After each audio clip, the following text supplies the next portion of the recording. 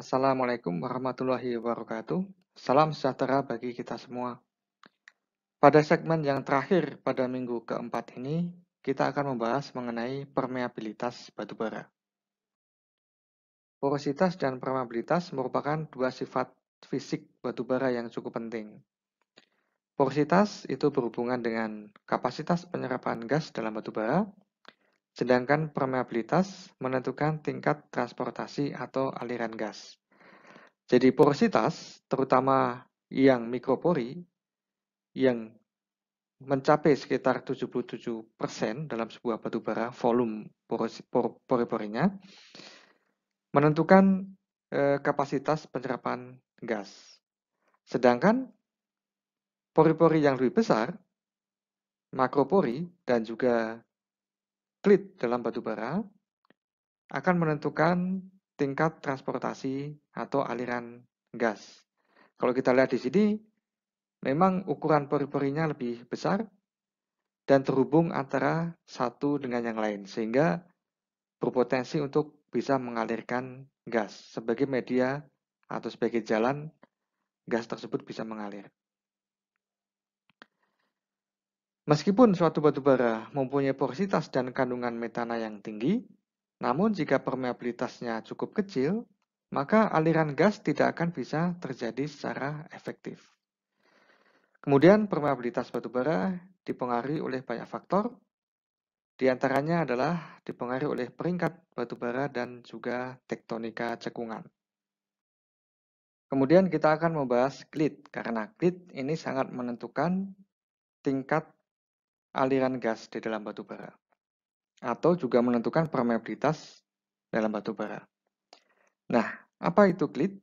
Klit adalah dua set rekahan yang saling tegak lurus, yang terbentuk secara singenetik atau bersamaan dengan pembentukan batubara, di mana kedua bidang rekahan tersebut tegak lurus dengan bidang perlapisan. Mungkin agak sulit jika mencerna dari kata-kata, kita bisa lihat ilustrasi di sebelah kanan. Jadi ini adalah sketsa lapisan batubara.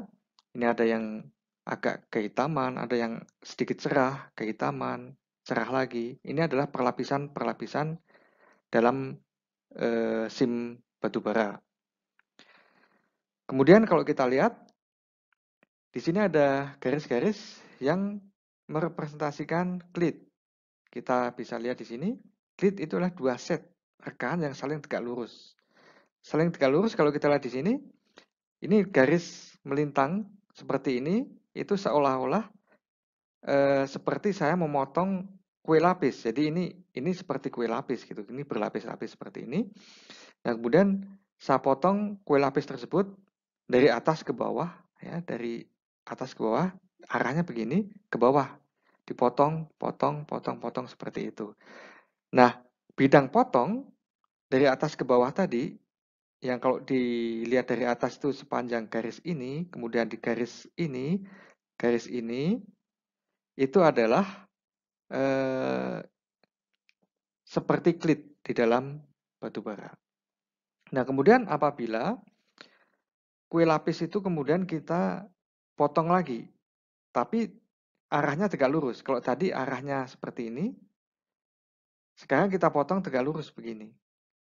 Kalau ini tadi kita potong secara menerus, tapi kalau yang tegak lurus itu kita potongnya tidak menerus. Jadi dipotong dari sini saja, dari sini sampai sini. Kita potong dari sini sampai sini. Dipotong dari sampai sini ke bawah. Sampai ke bawah itu dipotong dengan pisau misalnya. Ya. Nah, sehingga akan terbentuk juga bidang potong. Nah, dua bidang potong tersebut yang saling tegak lurus, yang tadi mengarah ke sini, dan yang mengarah ke sana, itu yang disebut dengan dua set rekahan. Nah, kemudian kalau kita lihat di sini, di mana kedua bidang rekahan tersebut tegak lurus dengan bidang pelapisan. Jadi, dua bidang potong tadi, ini dan yang mengarah ke sana, itu juga tegak lurus dengan bidang perlapisan. Tegak lurus dengan perlapisan dari kue lapis tersebut. Nah, kira-kira seperti itu penjelasannya. Seperti apa itu klit? Yang harus diingat bahwa klit itu terdiri dari 2 set yang saling tegak lurus dan dua-duanya tegak lurus dengan bidang perlapisan. Nah, kemudian kita juga mengenal ada istilah face clit dan butt clit.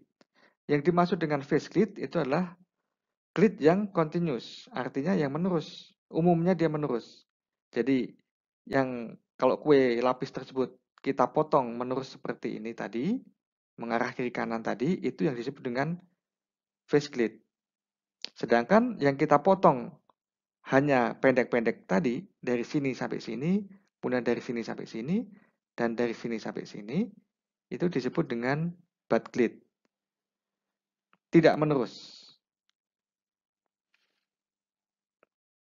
Nah, kemudian kita membahas tentang kerapatan dan bukaan klit. Dua hal yang sangat mempengaruhi permeabilitas batu bara. Kerapatan merupakan frekuensi atau banyaknya klit pada satu satuan panjang. Kemudian terdapat juga istilah spasi klit yang berbanding terbalik dengan kerapatan klit. Jika spasi klit cukup lebar, maka frekuensi atau kerapatan klit akan semakin rendah. Jadi intinya kerapatan atau frekuensi klit itu adalah banyaknya klit dalam satu satuan panjang. Sebagai contoh, dari ujung sini sampai ujung sini, katakanlah jaraknya adalah 1 meter. Kemudian kita hitung yang tegak lurus terhadap garis ini itu ada berapa klit. Katakanlah 1, 2, 3, dan seterusnya katakanlah ada 10 klit. Artinya frekuensi atau kerapatannya adalah 10 klit per meter. Nah, kemudian yang kedua, bukaan klit, yaitu adalah lebar bukaan pada sebuah klit. Jadi yang disebut dengan bukaan itu adalah apertur kalau di sini. Kalau kita lihat di sini keterangannya adalah apertur.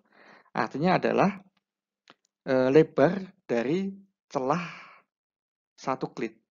Biasanya dinyatakan dalam mikrometer karena memang memang sangat sempit celahnya tersebut. Kemudian ini adalah grafik yang menunjukkan bagaimana frekuensi dan bukaan klit bisa mempengaruhi permeabilitas. Di sini yang sumbu X adalah maksimum permeabilitas, sedangkan yang sumbu Y yang ke atas ini adalah frekuensi klit. Kalau kita lihat di sini hubungannya adalah berbanding lurus. Seperti ini, berbanding lurus. Artinya semakin tinggi frekuensi klit, maka permeabilitasnya juga akan semakin tinggi. Kemudian kalau kita lihat di sini ada angka-angka 0,3, 0,5, 1 mikrometer, 2 mikrometer, dan seterusnya. Ini menyatakan lebar dari lebar bukaan klit. Jadi kalau kita lihat semakin ke kanan angkanya itu semakin besar, artinya semakin lebar bukaan klit tersebut. Semakin ke kanan. Kalau kita lihat semakin ke kanan itu permeabilitasnya juga semakin tinggi. Ya. Artinya memang di sini bukaan klit itu sangat mempengaruhi permeabilitas.